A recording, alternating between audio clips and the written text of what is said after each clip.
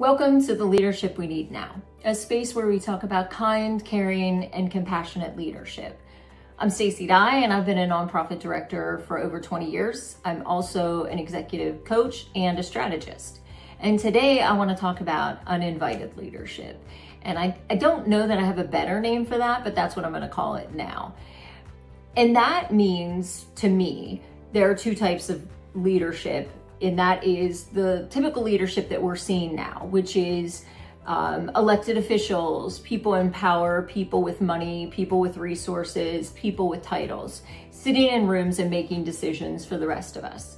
That's a select group, that's a small percentage of us, and they sit around and they decide what's going to be in our best interest, or not, depending on what they're doing. And so what that looks like is invited meetings, that looks like conversations, that looks like strategic plans. And I have been included in quite a few of those meetings. I'm sure a lot of you have too, where you send an email, you come, you discuss your ideas, you talk about your platform or your plan, and you make decisions about how resources are used or how people can be mobilized, and you move forward with those without inputs from a larger percentage of people. But you are the selected few. You are the ones that are either determined by title or determined by prestige or power or resources, that you are going to determine how things are going to go. Then there's this other type of leadership. And this is really interesting to me because I'm seeing it on a political arena. In a political arena, I'm seeing it on local arenas. I'm seeing it a little bit of everywhere and a lot of everywhere. So what I mean by that is that there are people who have these skills, have these abilities, have the desire to really do good things, to want to help, want to change things, but either they're not part of that group or they're doing something completely different. And so when a need arises or an opportunity arises, they can see themselves being a part of that solution. Maybe they're not seeing themselves at the top of the tippy top tier, but they see themselves as a cog in the wheel. They see themselves as a part of a community that can change something. And I see this as, and I'm talking about uninvited leadership because this is also not very welcome sometimes for the invited leadership to see. And so as we're looking at this and you look at the political arena, or you look at social services, or you look at businesses, those grassroots leaders, those people that are saying, I see a problem and I think I can be part of the solution, are stepping into roles where they're really showing impact. They're getting people to show up, they're having donations be dropped off frequently, they're winning elections, they're engaging people in the process. They're having tough conversations. And these are things that make people that have been invited very nervous, because when the power comes to others, when the power can come to the people, that can look very different. And when you're part of the IT club or the in club, it is power, it is control, it is determining how resources are spent or utilized or how people mobilize. And that's very opportunistic for some.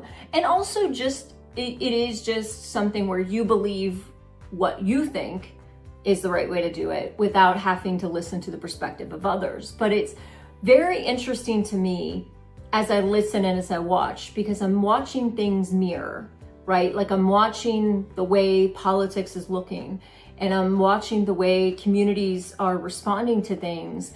And those people that have never found themselves in those leadership positions are really stepping into roles where they are sharing power, sharing the responsibility, sharing the decision making. And it is very, very effective. It is also about having tough conversations. It's about caring about others, showing compassion, showing courage when it's really hard. I'm watching it on a local level in flood affected areas and disaster recovery.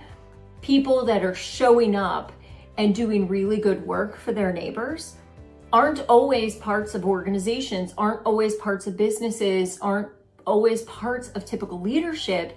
And I think as we talk about this, there's two pieces.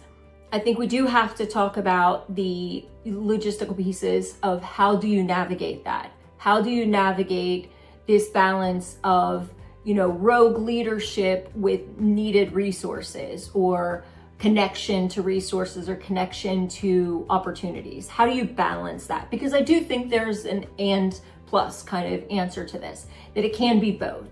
And the second piece of that is the emotional aspect of this, because to step into a role where you already feel a little uncomfortable, you're stepping outside of your normal process, your normal day-to-day, and into a leadership role, whether that's community disaster relief, whether that's, taking over a little league team, or whether that's, running for elected office.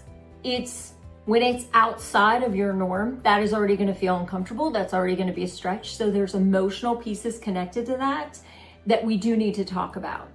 And so the first piece, the logical piece, the pieces that I know some of you love, the details, how to, I think that there are really big opportunities for people to have a voice right now. I think there's so many open spots that are not being filled simply because a lot of those things that were filled with leadership, whether that's organizations, whether that's universities, whatever that was, a lot of their funding has been cut, a lot of their resources and services have been cut. So there is a void in that service. And so that's an opportunity to kind of get into that field, get into that issue, get into whatever you want to do without the restraints of, let's say, that organization, but you can still have partnership with them.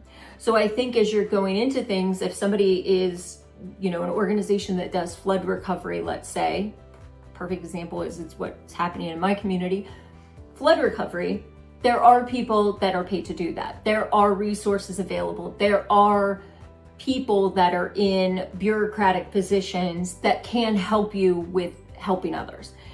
Having the ability to balance both, to not say this is an either or, but an and plus. How do we work together? How can here are the things we want to do. Here are the skills and talents that we bring to the table. How can we help with what you're doing? And vice versa. This isn't just about, the uninvited accommodating the invited. This is about saying, this is what we're bringing to the table. We know you're able to do this. And that would be a nice blend. It would be a nice match. It would also help the most people. We can both take credit for whatever we need to take credit for. We can take responsibility for whatever we need to take responsibility for. But there are benefits. There are benefits to having that organization as a partner, not as an adversary. So the partnership piece is their liability insurance, their, policies, their fiscal management, those types of things that give credibility and professionalism to the work can be a blend. And again, it depends on the partner, but there are really great organizations who want to partner and want to do this work and who are responsible, who are going to be good stewards of money, good stewards of resources, and good partners to follow through with what they say they'll do. I think on that note of saying doing what you say you'll do, I think when you're also working with others, being clear about intentions, boundaries, responsibilities, having clarity when you can, so that everybody can do the work that they know they can do, but making sure that you're not left holding the bag, or that you're not the one that gets the responsibility of everything when somebody decides to move on or not work with this same issue or whatever it is. And I think that those things right there, that partnership, that collaboration really adds to the cloth.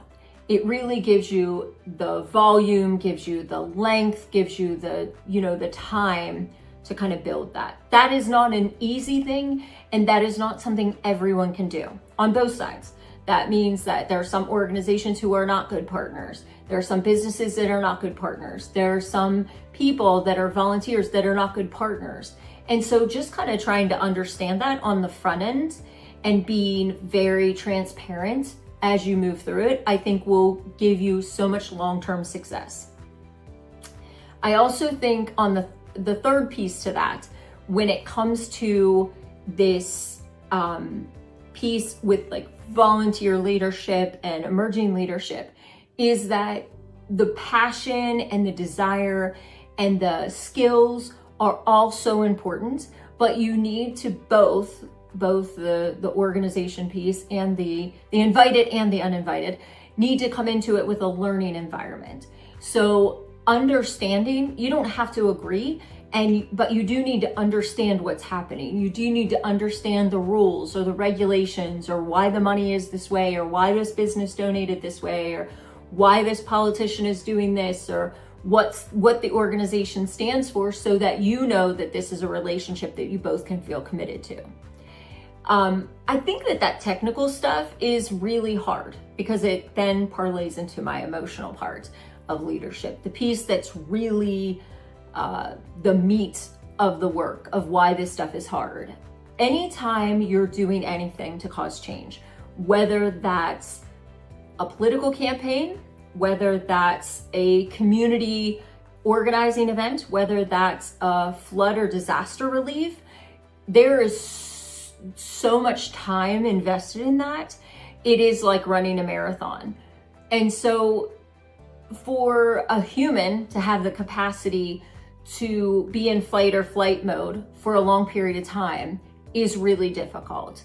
And so when you're looking at somebody who is an uninvited leader, they're coming in not understanding the volume of work, the length of recovery, or the length of a campaign. And so it's important to look at that and see, what is your capacity? What is your length of time that you can put into this? And then also making sure that you're tagging people in and out. And that's really a hard thing, especially when it comes to uninvited leadership, I think, because when you get your foot in the door, you are really worried about stepping out of it and not fulfilling your promises, not following through, not being enough, not doing all the things you said you would do. And so it's really important to go into it with a team mentality, a community mentality, and be able to tag people in, because I don't think the future of any leadership is top down. I actually think it's the opposite. I think that is a dinosaur type of leadership style, is where, there's somebody at the top and they tell everybody what to do and we all just kind of run and do it.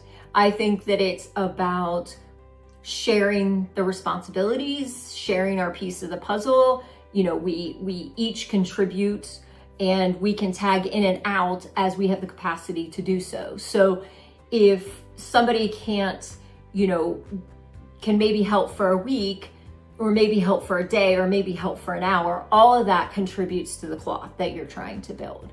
And so the emotional aspect of that is that you don't want to let anybody down. You already see people suffering there, even in politics, even in community organizing, especially in disaster relief, there's so much suffering. And so for those of us who are very sensitive to other suffering, this can be a very hard time.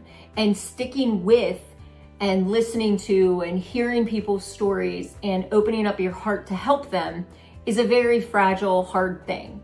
And so as you're doing this, it's just important to know that nothing we do is alone, that your leadership, whether invited or uninvited, is still a sense of responsibility, a sense of ownership, and this amazing gift that you've been given. And so, invited or not, show up, especially if you're uninvited, because that's who we need. We need more uninvited leaders sitting at the table, talking about solutions, talking about all the ways we can help and fix things, not all the problems that will come of it, not all the discerners in the room who are going to look at it and say that won't work, that's never going to happen, or we did it before like this. Although you need that history, you need that information, you don't need to constantly listen to that, because every day is a new day. And here's what I would say. Everything that is happening now is so different than anything we've experienced. We really do need fresh, new energy, excitement, and rejuvenated spirit to this world. And we need you. We need uninvited leaders to organize, to build community, to come together. And I think that now is the time more than ever. So an invitation is not coming. It is not coming. But you don't need permission. You don't need permission to do good things. You don't need permission to lead. This is your permission, that you are the future of leadership. And so I'd love to talk about this a little more, because I think that this is really going to be something we're going to start to see in politics, in local community work, in social services. We're going to see it a lot, I think. And so I'd love to continue this conversation, but I appreciate all of you watching, and subscribe, like, share, and thank you.